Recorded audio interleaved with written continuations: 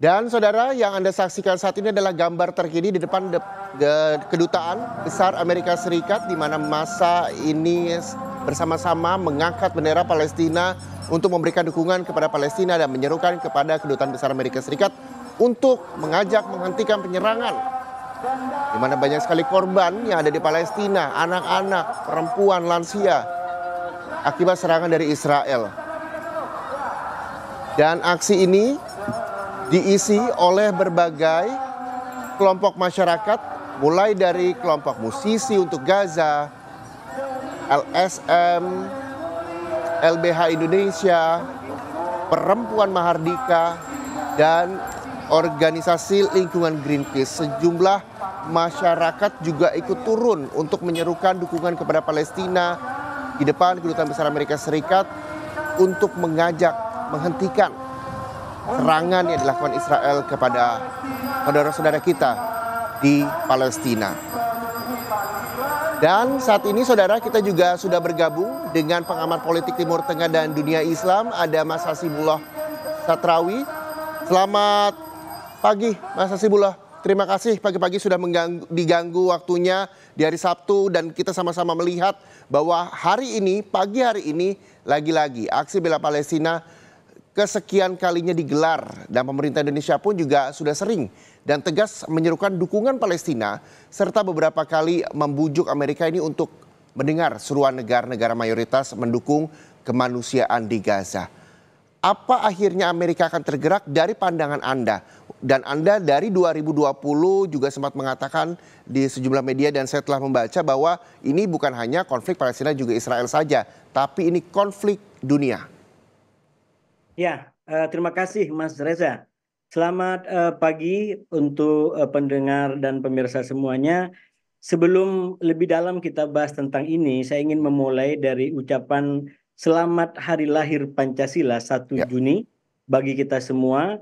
Bagi saya Mas Reza, ini adalah penting sebagai perspektif, sebagai nilai kita bersikap, terutama di dalam membela Palestina hari ini dan mengecam tindakan-tindakan elit ataupun pejabat Israel yang sudah melanggar berbagai macam ketentuan. Jadi ini ingin saya ketengahkan terlebih dahulu sebelum lebih jauh, karena saya ingin mengatakan semua sikap kita berkaitan dengan pembelaan terhadap Israel hari ini adalah sikap yang sesuai dengan pijakan kebangsaan kita yang pagi ini dirayakan, kemudian diupacarai oleh Presiden bahkan sampai anak-anak TK. Bahwa kemerdekaan adalah hak segala bangsa, bahwa segala macam bentuk penjajahan harus dihapuskan dari muka bumi karena tidak sesuai dengan nilai-nilai pri kemanusiaan dan pri keadilan. Itu satu prinsip Mas Reza yang ingin saya ketengahkan. Dan yang kedua, saya ingin tidak melambatkan poin yang kedua, karena ini agak berbarengan, kalau kita nggak segerakan takutnya disimpulkan secara salah. Walaupun kita memberikan sikap yang tegas tentang pembelaan terhadap Palestina, bukan berarti kita anti-Semit, bukan berarti kita anti-Yahudi, bukan berarti kita anti-toleransi. Justru kalau kita menggunakan perspektif Pancasila, Undang-Undang Dasar, pembukaan Undang-Undang Dasar, maka clear yang pertama kita anti penjajahan, dan yang kedua ini sebagai cara Indonesia, cara kita sebagai warga Indonesia turut serta membangun yang disebut sebagai kedamaian dunia, tentu dengan berbagai macam keanekaragaman kelompok, keanekaragaman masyarakat, keanekaragaman suku, bangsa-bangsa yang ada di dunia ini. Itu kedua Mas Reza, untuk memberikan landasan dan cara kita berbicara pada forum hari ini. Yang ketiga, terkait dengan yang disampaikan oleh Mas Reza, bagaimana kita menyikapi di lapangan, terutama Amerika Serikat. Saya terus terang dari awal melihat sikap Amerika ini berada dalam sikap yang bahasa diplomasinya mungkin bisa kita sebut sebagai sikap dilematis, atau saya menyebutnya sebagai sikap yang zigzag. Kenapa zigzag? Karena memang ini sejak 7 Oktober sebuah kejadian yang oleh pendukung Israel tidak pernah dianggap akan pernah terjadi. Karena ini sungguh-sungguh sebuah tragedi dilakukan oleh Hamas dan menimbulkan banyak korban yang mereka tidak pernah merasakan itu semua. Dan oleh karena itu kalau kita baca secara holistik sikap Amerika sejak awal 7 Oktober sampai hari ini, maka kita akan menemukan jejak sikap yang zigzag. yang kadang-kadang dia begitu memberikan dukungan tanpa cek, tanpa batas kepada Israel. Minimal itu bisa kita buktikan dengan kunjungan termasuk Joe Biden, Presiden Joe Biden dan petinggi-petinggi Gedung Putih yang bolak-balik saat itu ke Tel Aviv untuk memberi dukungan yang tanpa batas kepada Israel dalam rangka yang disebut sebagai membela diri. Tapi di dalam perjalanan selanjutnya, Israel melakukan hal-hal yang menurut hukum internasional, menurut hukum yang kita pedomani sendiri, dan ini Amerika masih agak bolak-balik lagi di situ. Israel sudah melakukan pelanggaran-pelanggaran yang minimal itu bisa kita rujukkan kepada tuntutan jaksa ICC yang sudah mengatakan dan meminta ICC untuk memberikan perintah penangkapan. Nah, maknanya apa? Secara legal formal, secara yuridis yang berlaku secara internasional, sudah mulai ada pemenuhan unsur-unsur yang dianggap sebagai pelanggaran norma yang dilakukan oleh Israel. Tapi saya melihat Amerika tetap melakukan sebuah sikap yang zigzag tadi, karena di satu sisi kita hormati dia tidak ingin Israel terus melakukan aksi-aksi yang melanggar hukum, melanggar kemanusiaan, melanggar toleransi, melanggar pluralisme. Saya agak tegaskan sedikit suara saya di situ, karena itu adalah pijakan kami membela ini semua, bukan nilai yang lain, bukan nilai yang justru kita ingin Israel sebagai komunitas dibenci. Saya rasa insya Allah di Kompas tidak ada yang bicara seperti itu. Jadi pijakan kita adalah perdamaian bagi dunia, pijakan kita adalah saling menghormati satu sama lain, dan itu artinya kita ingin Israel dan Palestina bisa duduk dan hidup berdampingan tanpa harus saling menihilkan dan menafikan seperti sekarang. Nah, kembali ke konteks Amerika, Mas Reza, saya melihat Amerika berada dalam zigzag yang sangat akut, bahkan cukup ekstrim, dan tentu kalau kita baca, kita bedah, ini pasti disebabkan oleh banyak hal. Salah satu diantaranya adalah perkembangan politik nasional yang memaksa, mau tidak mau, seluruh pengambil kebijakan, seluruh politisi, terutama Presiden Joe Biden yang akan bertarung dengan Trump, itu mau tidak mau harus mengukur segala statementnya.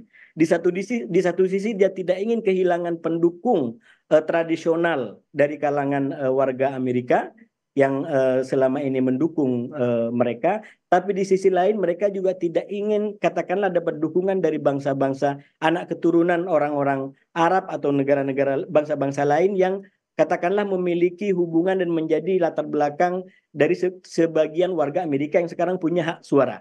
Karena itu sikap politiknya begitu zigzag, begitu tidak bisa ditarik sebagai satu kesimpulan lurus, karena hari ini mereka begitu mengekang, tapi berikutnya dia agak bukan membiarkan, tapi membelakan bahwa yang dilakukan oleh Israel belum melampaui batas merah. Misalkan itu yang terbaru yang disampaikan oleh petinggi-petinggi Amerika. Jadi secara tidak langsung Mas Hasibullah yang Anda katakan bahwa ini adalah salah satu cara untuk mengambil simpati dari orang Amerika. Tapi satu sisi juga masyarakat dunia bahkan ingin bahwa yuk Amerika sama-sama memberikan dukungannya untuk menghentikan serangan yang dilakukan Israel ke Palestina. Ya, kan begini Mas Reza, menurut saya seluruh kebijakan politik terutama yang dilakukan oleh kepala negara termasuk Amerika itu sudah pasti mempertimbangkan aspek kepentingan nasional mereka. Ya. Jadi tidak akan ada negara manapun yang mengambil keputusan sikap berkaitan dengan konflik di luar itu yang terlepas daripada kebijakan kepentingan nasional mereka. Betul. Jangan Amerika dan termasuk juga Indonesia. Saya kembali kepada poin tadi, kenapa kita bersuara keras? Karena jelas kita diminta oleh Undang-Undang Dasar untuk berjuang agar tidak ada lagi penjajahan di muka bumi ini.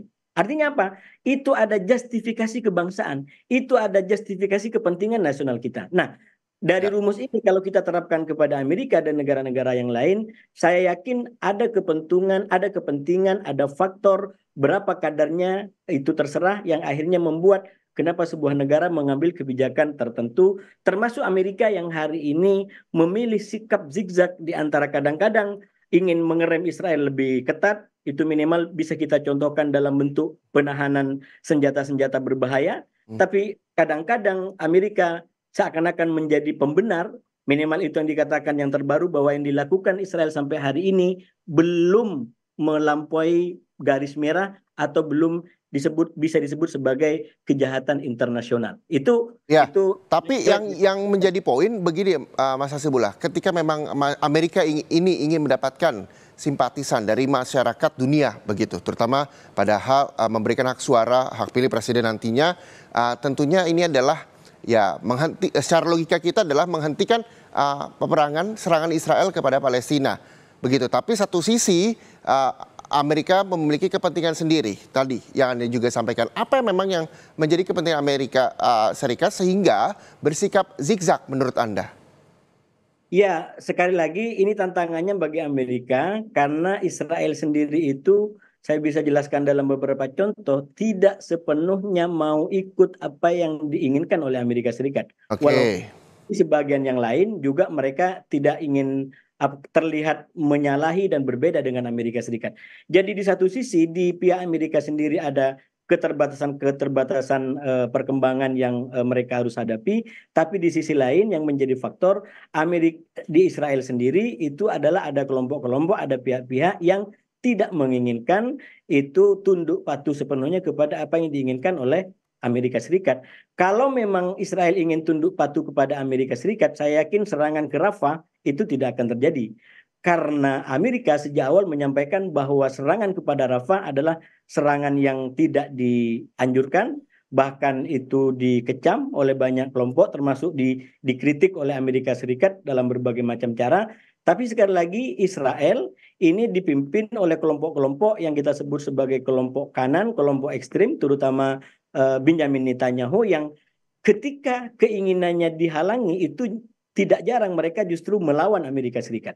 Dan itu banyak kasus yang sudah kita sampaikan apa yang disebut sebagai contoh perlawanan. Misalkan pernah seketika di suatu fase itu Israel tidak jadi mengirimkan delegasi resminya ke Amerika Serikat gara-gara Amerika dianggap bersikap tidak memanjakan, tidak memberikan izin, tidak memberikan dukungan kepada Israel. Dan untuk mengimbangi itu, biasanya Amerika memberikan pernyataan statement bahwa Israel bagi kami adalah harga mati, kami akan selalu mendukung dan membela Israel. Jadi inilah yang saya bilang keadaan-keadaan yang membuat Israel, Amerika sendiri cukup berada dalam sikap yang dilematis, bahkan kadang-kadang zigzag, bahkan kalau tidak dibaca secara holistik itu bisa dipahami sebagai sikap yang kontradiksi di antara satu keadaan dengan keadaan yang lain. Demikian Mas Reza. Iya, Mas Hasibullah, ini yang juga menjadi pertanyaan saya, mungkin juga pertanyaan banyak orang bahwa ini kemarin juga sempat ramai juga bahwa militer Israel ini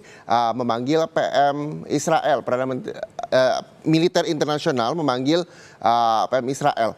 Apakah memang ini juga tidak diindahkan begitu oleh Israel? Apakah memang menurut Anda militer internasional ini tidak ada giginya begitu tanda kutip di mata Israel atau seperti apa pandangan Anda?